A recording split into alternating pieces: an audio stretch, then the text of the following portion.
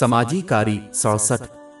میرے پاس ایک خیال تھا جسے میں شیئر کرنا چاہتا تھا۔ یہ نوٹ کرنا ضروری ہے کہ جب بھی ان کے مشورے پر عمل نہیں کیا جاتا ہے تو کسی کو صحیح رد عمل کا اظہار کرنا چاہیے۔ جب مشورہ لینے والا کوئی ایسا غیر قانونی فیصلہ کرے جو اسے دیے گئے مشورے سے متصادم ہو تو مشیر کو چاہیے کہ وہ اس کے انتخاب پر ناپسندیدگی کا اظہار کرے، کیونککہ یہ ایمان کی ایک شاخ در حقیقت اللہ تعالیٰ کی رضا کے لیے کسی چیز کو ناپسند کرنا۔ سنن ابو داؤد نمبر 4681 کی حدیث کے مطابق ایمان کی تکمیل کا ایک پہلو، لیکن اس کے باوجود ناپسندیدگی ظاہر کرتے وقت اسلام کی حدود میں رہنا چاہیے۔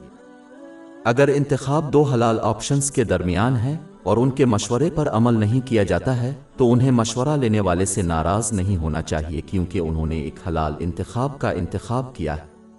بجائے اس کے کہ وہ اپنے فیصلے کا احترام کریں اور ان کے لیے کوئی برے جذبات پیدا نہ کریں اور نہ ہی ظاہری طور پر ناراضگی کی کوئی علامت ظاہر کریں، جیسا کہ انہیں یہ بتانا چاہیے کہ انہوں نے انہیں بتایا ہے۔ تو اگر ان کا فیصلہ ان کے لیے کارگر نہیں ہے، لوگ فرشتے نہیں ہیں، وہ غلطیاں کریں گے، لہٰذا دوسروں کے ساتھ حسن سلوک کرنا بہتر ہے، چاہے وہ نصیحت کو مسترد کر دیں۔ اللہ تعالیٰ سے اپنا فرض پورا کرنے کے بجائے دوسرے کو اچھی اور مخلصانہ نصیحت کر کے ثواب کی امید رکھنی چاہیے۔ اس کے علاوہ مشورہ لینے والے کو مشورہ نہیں مانگنا چاہیے اگر وہ پہلے ہی اپنا ذہن بنا چکے ہوں، کیونکہ یہ صرف ایک ممکنہ دلیل کا دروازہ کھولتا ہے۔ اگر وہ کسی سے مشورہ صرف اسے مسترد کرنے کے لیے طلب کرتے ہیں کیونکہ یہ ان کے پہلے سے طے شدہ انتخاب کے خلاف ہے۔